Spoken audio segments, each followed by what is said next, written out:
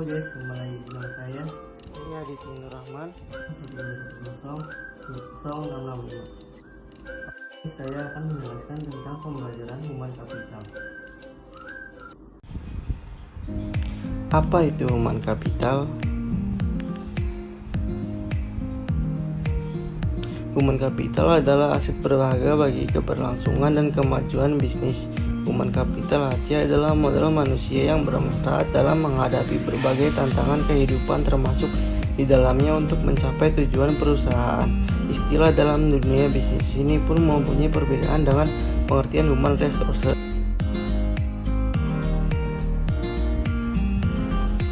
Di lain sisi, human capital management adalah istilah manajemen bisnis, yaitu usaha untuk mengelola modal yang dimiliki oleh manusia tersebut.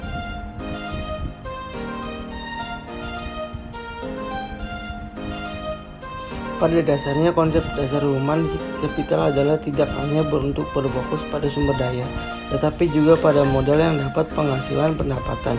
Anda dapat menggapainya sebagai biaya pengeluaran yang ditujukan untuk mengembangkan kualitas dan kuantitas modal, termasuk kegiatan investasi.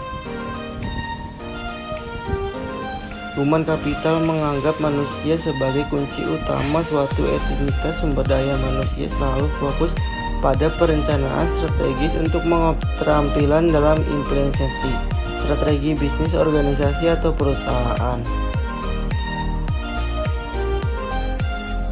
Namun secara rincian, human capital adalah kumpulan dari aspek pengetahuan, keahlian, keterampilan, dan kemampuan yang menjadikan seorang sebagai aset perusahaan.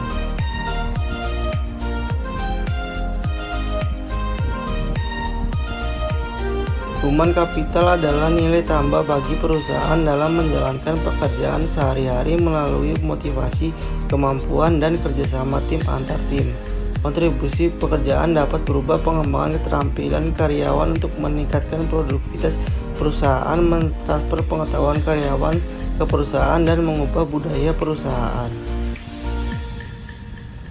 Lalu apa saja tugas human capital? Tanggung jawab utama atau tugas human capital adalah rekrutmen, pelaksanaan pelatihan, menentukan tanggung jawab pekerjaan, manajemen beban kerja, terakhir penilaian dan feedback kinerja karyawan. Adapun penjelasan terkait tugas human capital adalah sebagai berikut.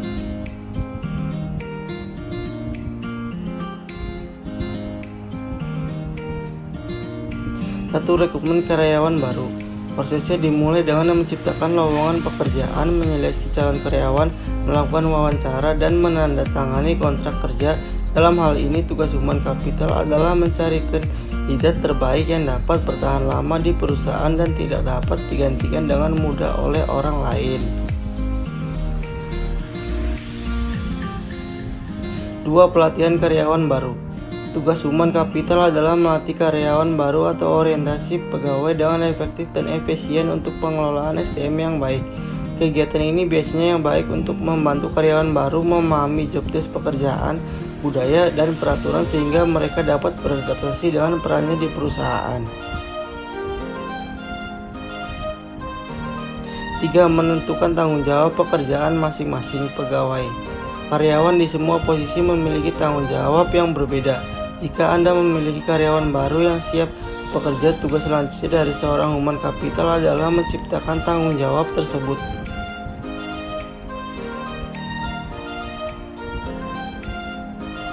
4. Manajemen beban kerja pegawai.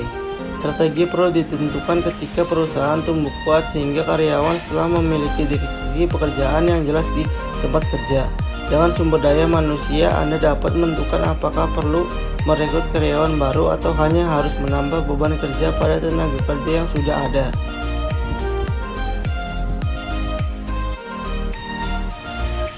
5. Penilaian dan feedback kinerja pegawai.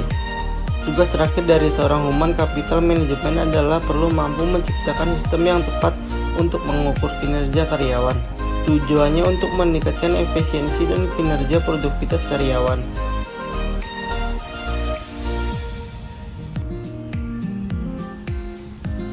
Penilaian kinerja karyawan membantu organisasi mengidentifikasi kebutuhan pelatihan dan pengembangan mereka.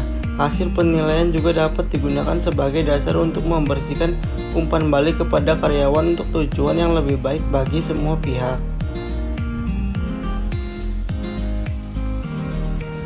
Jenis-jenis human capital. 1. Strategis human capital. Ruang lingkup strategi human capital adalah mencakup keahlian dan keterampilan strategis yang diperoleh melalui pengalaman menghadapi situasi atau kondisi tertentu.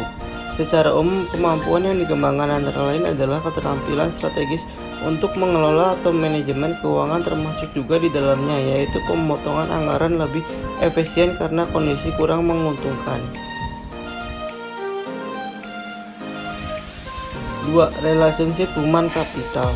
Secara garis besar, relationship human capital adalah meningkatkan kecerdasan talenta terkait komunikasi, menciptakan interaksi baik dan efektif dengan orang lain, membuat tugas yang dilakukan lebih lancar, dan karyawan atau perusahaan fokusnya sendiri pada peningkatan kinerja. 3. General human capital management. Jenis human capital ini berfokus pada pengembangan keterampilan manajemen, kepemimpinan, keterampilan fungsional, dan kemampuan untuk membuat keputusan yang baik. Dalam hal ini, manajemen sumber daya manusia secara umum cocok untuk pengembangan di tingkatan eksekutif atau personal tingkat tinggi lainnya. Peran human capital management. Sebagaimana diketahui bahwa terdapat hubungan langsung antara posisi keuangan suatu organisasi dengan peningkatan kualitas sumber daya manusia. Keberhasilan sumber daya manusia dipandang efektif dalam mempengaruhi di tingkat nasional. Menteri Keuangan Sri Mulyani Republik Indonesia mengatakan investasi pada sumber daya manusia termasuk pendidikan selain infrastruktur akan meningkatkan efisiensi dan produktivitas kerja. Pada akhirnya, hal ini akan mempercepat pertumbuhan ekonomi Indonesia.